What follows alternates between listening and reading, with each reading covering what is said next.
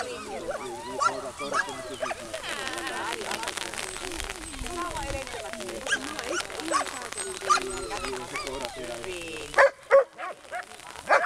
ei oo mikään ihme, vaikka kun nää on niin terävä, että ensin vähän vissaa niitä ohjeita. Koska se ehtii mennä jo niin montaa asiaa miettimään. Sauva alemmas sinne eteen. Ihan nopeasti eteen. Juuri näin, että kääntää tänne päin. Tässä on tämmöisellä koiralla hirveän tärkeää, että huomaa, että meillä on tämmöinen ylisuunni. Äkkiä juoksenteli hippulapinkuun kääntää se siihen. Nyt samalla tavalla kuin sen Pymin kanssa, mistä puhuin, että ei ole itsellä kiire minnekään, niin ei ole nyttenkään. Koska meillä on temperamenttinen koira, niin me tehdään asiat aika hitaasti. Just siksi, että se malttisuu. Kuuntelepa ystäväni ääni. Jos sä sanot sille noin, niin jos sä jarrutat sen justiin, niin se on sama kuin sä painasit kaasun pohjaan. Eli puhu sille typerällä hitaalla äänellä, semmoisella hyvin menee. Koska me halutaan siitä se 100 vauhti pois. Koska kun sillä voima kasvaa, niin sitä ei pirukaan tuossa vauhdissa ohjaa. Niin puhut sille kaikissa, mitä siellä puhut, niin kuin, ihan kuin vähän tampia. Sille hyvin, hitaasti, hieno, matalalla, oudolla äänellä, jotta sä samalla jarrutat sun koiran työskentelyä ja sulle ei tule sillä kiire. Ja samalla tavalla, mitä sä sun niin mistä mä sanoin, että kun on temperamenttinen koira, meidän oltava niin kuin liioittelu hitaan. Siksi, että se oppii keskittymään. Se ottaa ne ohjeet paljon topatammin, kun ollaan niin ja rauhallisesti hitaan. Käännät sauvan sinne eteen, annat sen miettiä. Näin. Ja sitten liikkeelle. Tämä on se tahti, millä lähdetään töihin. Jarrutat sitä ihan rauhallisesti kävele. Kun se tulee, niin voit jarruttaa kääntämällä sauvan eteen. Valitse suunta ja käänny. Näissä käännöksissä muistakaa, että meidän eleitten ennen noita seiniä on jo näytettävää, että me ollaan kääntymässä. Eli jos meillä on lauma ja se tulee niinku suoraan seinään, niin koiran on tosi vaikea valita siellä sitä tasapainoa. Mutta kun me lähdetään pakittamaan ja meillä lähtee jo kroppa kääntymään, niin se koira pystyy valkkaamaan sen tasapainon ja toimimaan siellä paljon luokkaan. Hyvin, ja taas jatkaa. Hieno. Tällä on ihan sama ilmiö kuin mitä oli tuolla hallalla äsken.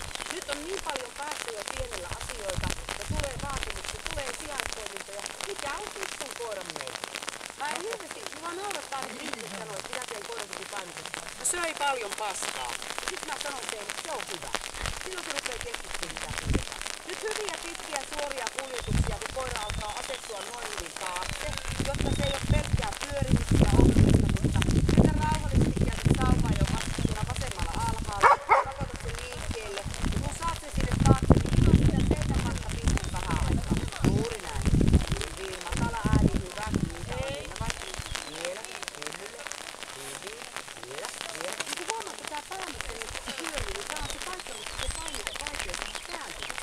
Mutta se tulee sieltä, kun muutaman kerran käy vaan koukkaamassa sitä pyllyn takaa. Näin. Ja sitten rauhallisesti äänet alas. Pitäisi ottaa aloittaa harjoituksen, matala ääni, niin että sieltä tulisi se, koska se on teidän turva täällä töissä, se matala, rauhallinen puhe. Aivan niin kuin tosi tärkeää tämmöisillä terävillä koirilla. Anna vähän painetta, jatka töitäsi.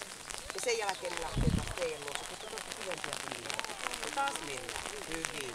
Ääni alas. Sanot jatketaan rauhallisesti. Näin. Juuri näin. Niin. Ääni alas. Hyvin. Käännykin rauhallisesti tänne oikeaan. Niin. Nopea käännykki saadaan sitä voima sieltä liittyy. Nopea koukkaus teille. Älä paukuta maahan. Juuri näin. Hyvä. Ja liikkeelle. Näin. Huomaatko miten nätisti se rauhoittuu tekemään töitä? Noin kauniisti. Ihana vasta. Hyvin. Ja jatkataan vielä vähän. Oho. Ja meno. Ja rauhallisesti sauva eteen. Hyvin. Tämä taso on se, millä me halutaan sen aina työskentelemään. Se on kuulolla, se on rauhallinen, se liikkuu kauniilla ravilla eikä pönkköile ollenkaan. Ja huomaa, että lampaat kulkee kuin esikoululaiset. Näin pitää olla. Vielä te voitte ruveta huomauttaa näin, mitä siitä väärän tasapainon valinnasta tosi lahjoitat teille. Vielä ihan vähän matkaa ja sitten kiinni, että alkaa tulla väsyä. Äänikö sieltä taas nousi? Hyvin. Ja pysäytä koira ja kiitän valtavasti. Tämä on nyt se riemankiilehdysten paikka. Juuri näin. Täällä tulee sitten se paineen purku. Tosi kiva. Tosi kiva koira. Jaa. Joo! Tää imelty, tota ei kuulu. Hieno, upeeta. Tosi ihana. Tiedättekö mikä mulle tulee mieleen tästä reissusta? Siitä tulee mieleen meidän